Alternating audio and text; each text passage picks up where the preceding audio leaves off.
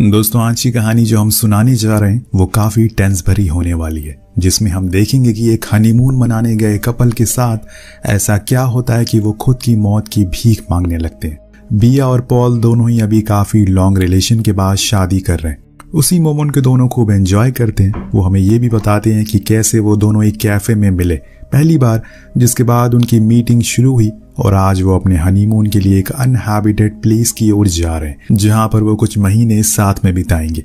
ये असल में एक कॉटेज है जो कि जंगल के काफी अंदर है, और खास बात ये है कि ये बिया के डैड का है, पर अब वो यहाँ नहीं रहते। इन दोनों ने कुछ दिन साथ में यहीं रहने का फैसला करा है। बिया उस घर में रखी हुई सारी एंटीक चीजों के बारे में पॉल को बताने लगती है, क्योंकि वहां पर बहुत सारी काफी पुरानी चीजें थी। खैर, पूरे दिन ड्राइव करने के बाद दोनों ही थक गए थे, इसीलिए वो जल्दी ही सो जाते हैं। और तब हम उनके फेस पर किसी रोशनी का अक्स देखते हैं, जिससे कि कोई फ्लैश मार रहा हो।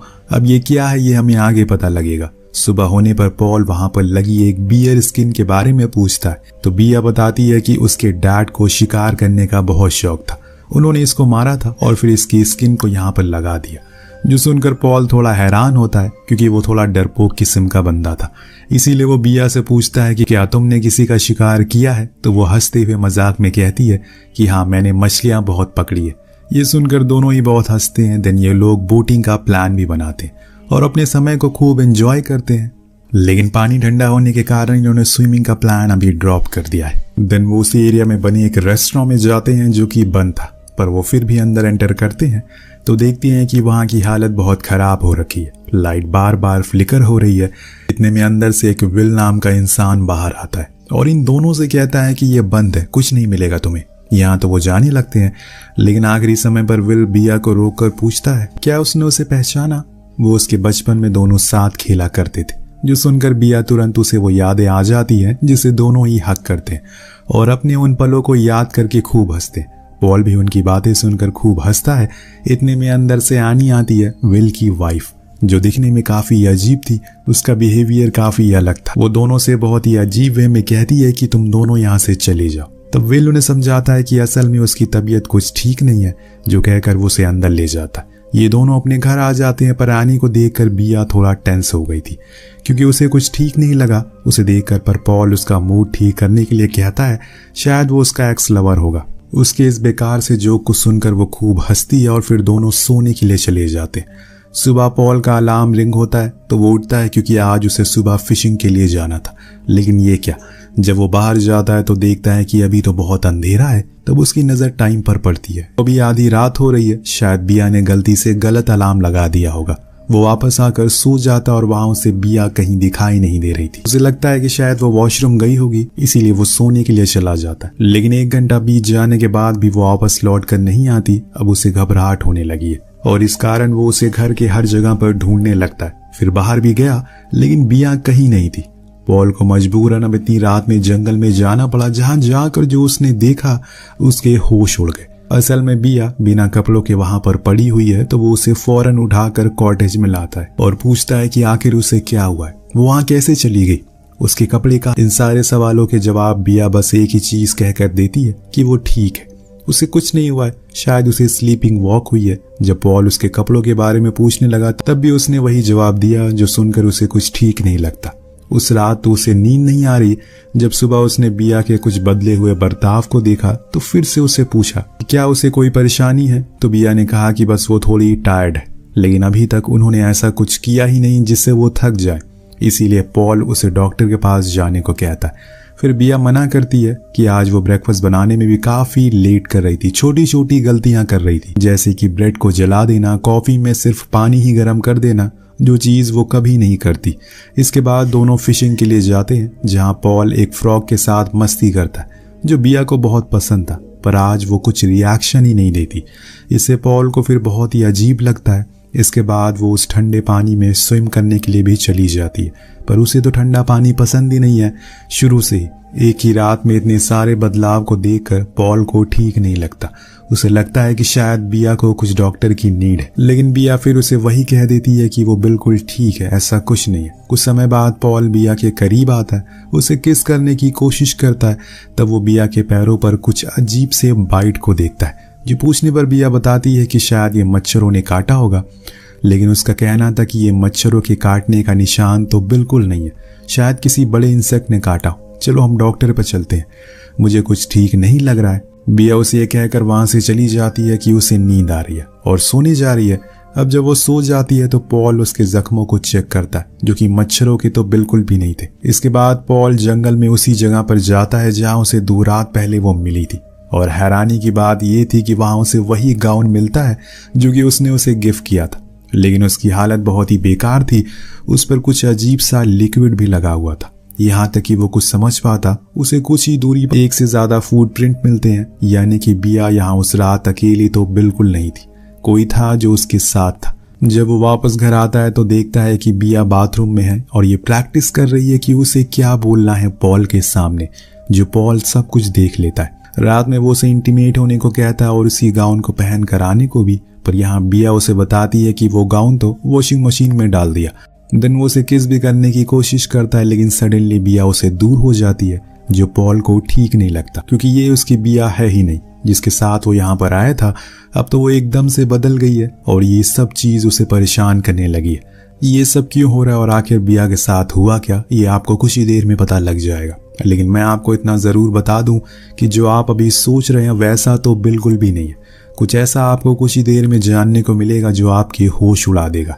उसी रात वो देखता है कि बिया कहीं जा रही है, वो उसका इंतजार करता है। जब वो लौट कर आती है तो बताती है कि वो बस पानी पीने के लिए गई थी। देन उसके कुछ ही देर बाद पॉल को बाहर से कोई रोशनी आती हुई दिखाई देती है। जी हाँ, वही रोशनी जो हमने पहले दिन देखी थी, लेकिन आज पॉल ने भी उसे देख लिया। उसे लगा कि शायद कोई बाहर है, इसीलिए वो अपनी बंदूक लेकर बाहर जाता है, इधर उधर देखना शुरू करता है कि तभी उसे थोड़ी दूर पर एक और रोशनी दिखती है जो उसी की ओर देख रही थी। तो वो उसके पीछे जाता है, पर वो जो कुछ भी चीज थी वो उसे देखकर वहां से भाग जाती है। पॉल उसको डराने के लिए एक हवाई शॉट भी करता है, जिसकी आवाज को सुनकर बिया उठ जाती है और बाहर आती है। वो उसे अंदर आने को कहती है। जब वो अंदर आता है तो उसे आगे से कभी भी बाहर जाने को मना करती है, लेकिन अब ये पानी सर के ऊपर जा चुका है, इसीलिए वो आज उसे डायरेक्टली पूछ ही लेता है क्या वो उस रात किसी और के साथ थी, क्योंकि उसे वहां पर कई सारे फुटप्रिंट मिले। पर बिया फिर से वही कहती है कि वो स्लीप वॉक कर रही थी, उसे ऐसा कुछ भी याद नहीं है। यहाँ पॉल का शक अब विल पर जाता है, जिसके बारे में पूछने पर वो वही जवाब देती है। तब वो उसे उसके गाउन दिखाता है जो कि फटा हुआ था, उसे उस दिन जंगल में मिला। उसे देखकर बिया वही जवाब घुमा फिरा कर देने लगती है, जिससे कि पॉल का माथा गर्म हो जाता है और वो उसे लड़ाई करने लगता है। तब बिया कहती है कि वो फालतू में इतनी टेंशन ले रहा है, ऐसा कुछ नहीं है, और ऐसा करके वो उन दोनों का ये कीमती समय बर्बाद कर रहा है। लेकिन पॉल को तो अब कुछ समझ ही नहीं आ रहा है असल में ये सब चल क्या रहा है। वो उसके सवालों का जवाब क्यों नहीं दे रही है जो सच है। अब उस रात उनकी लड़ाई इतनी बढ़ जाती है कि उन्हें अलग अलग कमरों में सोना पड़ता है। अगली सुबह हम देखते हैं कि बिया एक डायरी पर खुद की ही चीजों को लिख रही है, जैसे कि उसका नाम बिया है, उसका हस्बैंड पॉल है, वो यहाँ पर हनीमून पर आई है। जैसे वो ये सब चीजें अब भूल रही है, इसीलिए उसे याद रखने के लिए ये सब लिखना पड़ रहा है। तो अचानक से वो डायरी छुपा लेती है, उसके घावों पर पड़ती है जो बहुत ज्यादा बढ़ गए थे, इसीलिए वो उसे यहाँ से चलने को कहता है। लेकिन बिया तो खुद ही जिद पर अड़ी हुई थी। दोनों ही अपना मूड ठीक करने के लिए बोटिंग के लिए जाते हैं और वहां इंटीमेट होने लगते हैं। तभी पॉल नोटिस करता है कि बिया ब्लीड कर रही है, जो देखकर उसे फिक्र होने लगती है। वो उसे फौरन यहाँ से चलने को कहता है क्योंकि अब बहुत हो गया। वो जब से यहाँ पर आए हैं कुछ न कुछ गड़बड़ होती जा रही है, पर बिया उसे कहती है कि उसके पीरियड्स आ गए इसीलिए ऐसा है। लेकिन पॉल का कहना था कि अभी तो उसकी डेट में बहुत समय है, अब तो उसे कुछ ठीक नहीं लग रहा है, और इसीलिए वो अपने सवालों के जवाब के लिए फाइनली एनी के पास जाता है और पूछता है कि विल कहाँ है। तो वो बहुत ही अजीब वे में कहती है कि वो तो छुपा हुआ है, जिसके बाद वो बोट लेकर कहीं चली जाती है।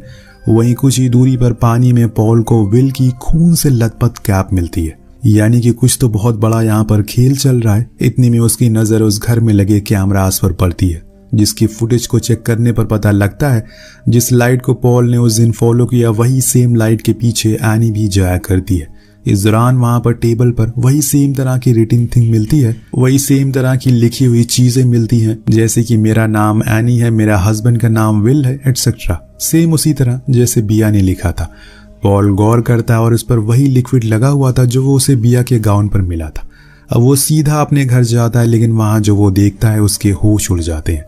बिया कोई अजीब सी चीज को खुद के अंदर डाल रही है, जिससे उसका काफी खून भी बह रहा है। जब अचानक से वो पॉल को देख लेती है तो उसे जल्दी से बेडरूम के पास ले जाने लगती है और उसे किसी भी तरह करके बेड पर बांधने की कोशिश करती है, लेकिन पॉल उसे ही बांध देता है, जिससे कि बिया रोने लगती है। पॉल हैरानी से पूछता है कि तुम रो क्यों रही हो। बिया का जवाब आता है, ऐसा करने से तुम मान जाओगे और मुझे खोल दोगे।